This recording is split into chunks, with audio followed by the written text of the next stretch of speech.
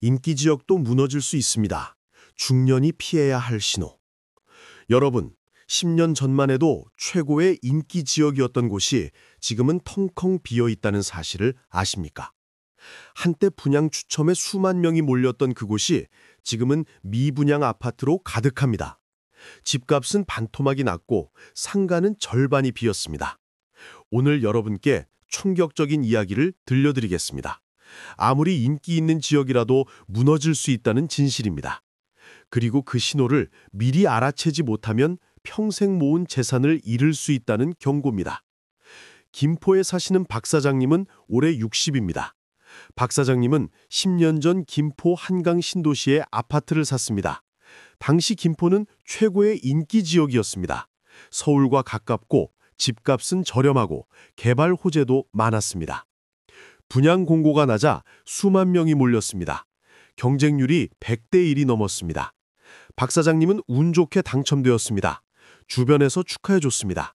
로또 맞았다고 몇 년 후면 2배는 오를 거라고 했습니다.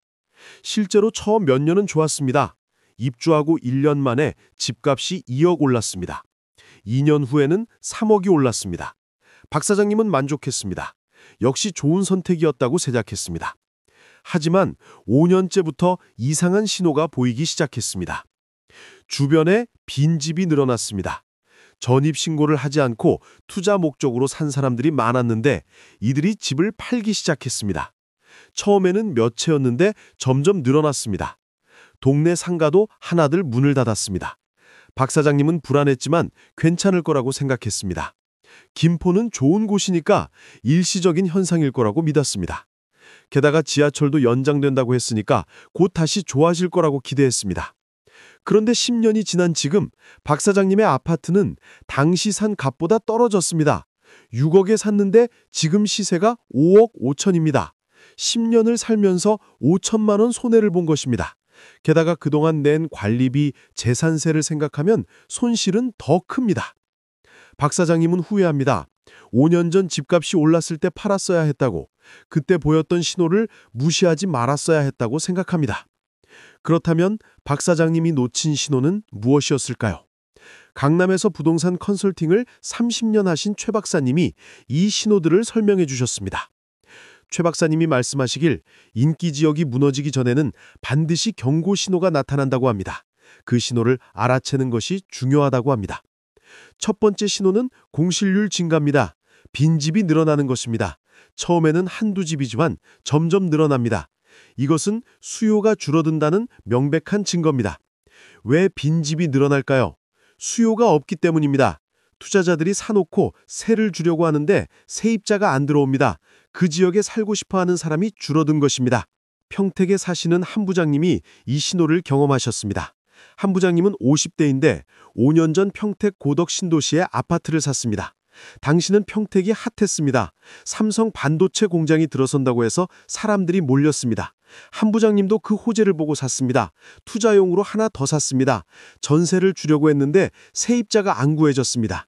처음에는 금액 문제인 줄 알고 전세금을 낮췄습니다. 그래도 안 됐습니다.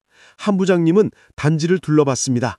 놀랍게도 빈집이 너무 많았습니다. 1000가구 단지인데 300가구가 비어 있었습니다.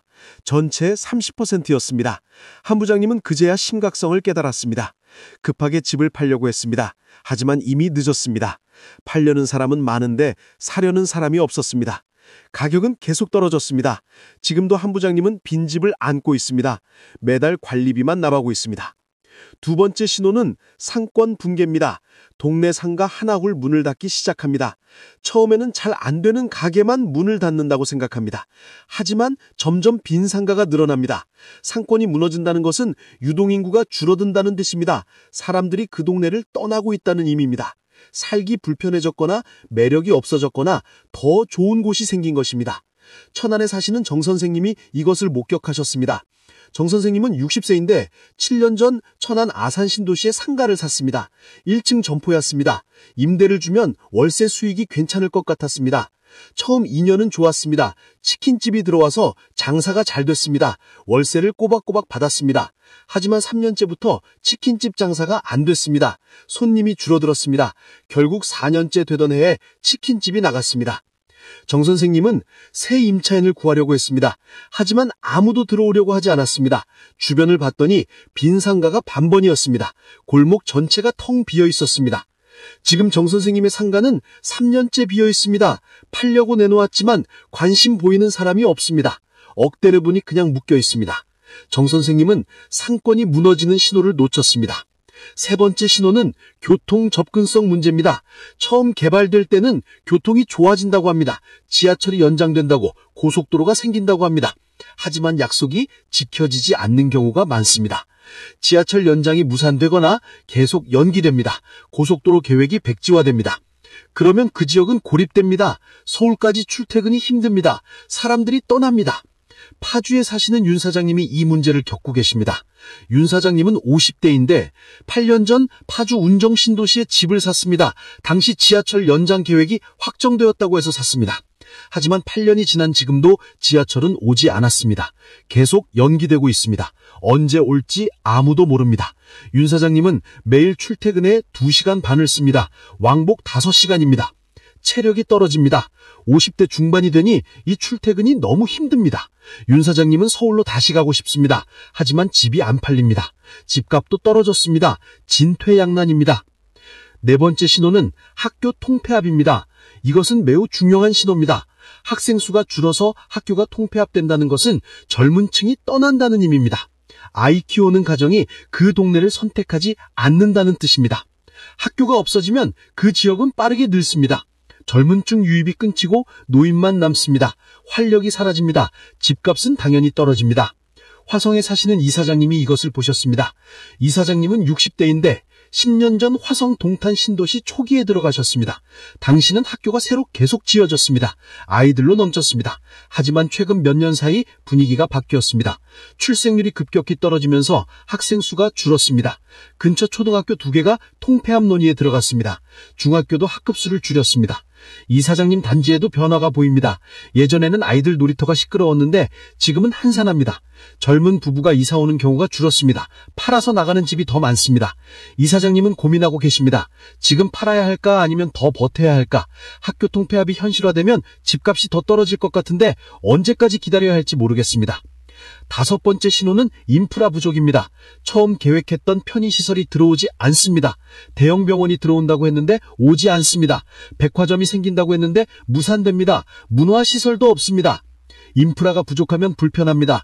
병원 가려면 멀리 나가야 하고 쇼핑을 하려면 차를 타고 가야 합니다. 특히 나이가 들수록 이런 불편함이 큽니다. 젊을 때는 괜찮지만 60이 넘으면 힘듭니다. 세종시에 사시는 강 선생님이 이 문제로 고민하고 계십니다. 강 선생님은 50대인데 6년 전 세종시로 이사했습니다. 행정 수도니까 앞으로 발전할 것이라고 생각했습니다. 하지만 실제로 살아보니 불편했습니다. 큰 병원이 없습니다. 백화점도 하나밖에 없습니다. 문화시설이 부족합니다. 젊은 층은 주말마다 대전이나 서울로 나갑니다. 강 선생님도 처음엔 참았습니다. 하지만 점점 힘듭니다.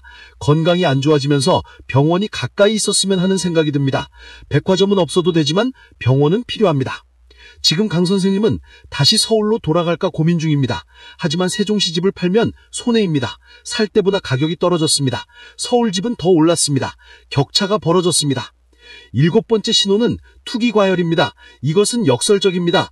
너무 인기가 많은 것도 위험 신호일 수 있습니다. 투기꾼들이 몰리면 실수요자보다 투자 수요가 많아집니다. 투기로 가격이 과도하게 오르면 언젠가는 조정이 옵니다. 그때 폭락할 수 있습니다. 실수요가 없는데 가격만 높으면 버블입니다. 버블은 반드시 터집니다. 양주에 사시는 송 부장님이 이것을 경험하셨습니다. 송 부장님은 60세인데 5년 전 양주 옥정 신도시가 핫할 때 샀습니다. 분양 경쟁률이 수백 대 1이었습니다. 투자자들이 미친 듯이 몰렸습니다. 송 부장님도 투자 목적으로 샀습니다. 입주하면 프리미엄이 붙을 것 같았습니다. 실제로 입주 전 분양권이 프리미엄이 붙어서 거래됐습니다. 모두가 돈을 벌 것 같았습니다. 하지만 입주 후 상황이 달라졌습니다. 투자자가 너무 많았습니다. 실제로 살 사람이 적었습니다. 다들 전세를 주려고 했는데 세입자가 부족했습니다. 전세금이 떨어지기 시작했습니다. 집값도 덩달아 떨어졌습니다. 프리미엄은커녕 분양가 이하로 떨어졌습니다. 송 부장님은 급매로 팔았지만 3천만 원 손해를 보았습니다. 투기 과열을 호재로 봤던 것이 실수였습니다. 일곱 번째 신호는 지자체 재정 악화입니다. 이것은 잘 알려지지 않은 신호입니다. 그 지역 시청이나 구청의 재정이 나빠지면 인프라 투자가 줄어듭니다. 도로 정비도 안 되고 공원 관리도 안 되고 모든 것이 낙후됩니다. 재정이 나쁜 지자체는 인구 유출이 심합니다. 세수가 줄어듭니다. 악순환입니다. 이런 지역은 회복이 어렵습니다. 춘천에 사시는 박 선생님이 이 문제를 겪고 계십니다. 박 선생님은 50대인데 8년 전 은퇴 후 춘천으로 이주했습니다. 조용하고 공기 좋은 곳에 살고 싶었습니다. 처음 몇 년은 좋았습니다. 하지만 점점 동네가 낙후되는 것을 보았습니다.